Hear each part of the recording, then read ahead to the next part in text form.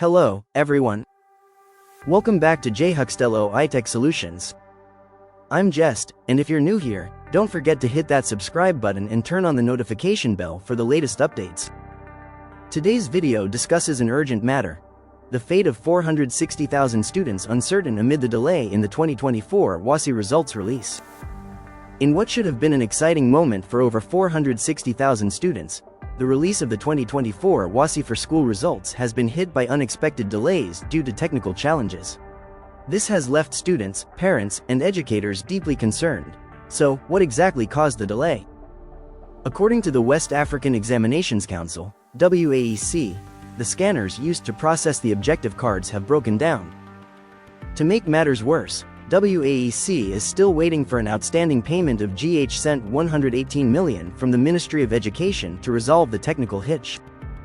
This delay has pushed the release timeline further, creating anxiety among students who need their results to secure tertiary admissions. Let's break it down. A total of 460,611 students sat for the exams. This included 247,657 females and 212,954 males from 1,003 schools across the country.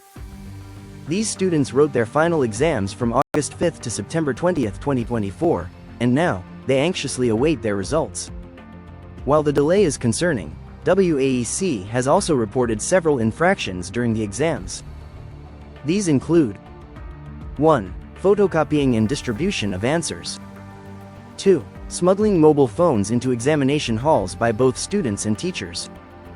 3. The use of foreign materials to cheat during exams. WAEC has promised to take swift action against all stakeholders found guilty. Now, there's also been false information circulating on social media about a release date for the results. WAEC has urged the public to ignore these claims.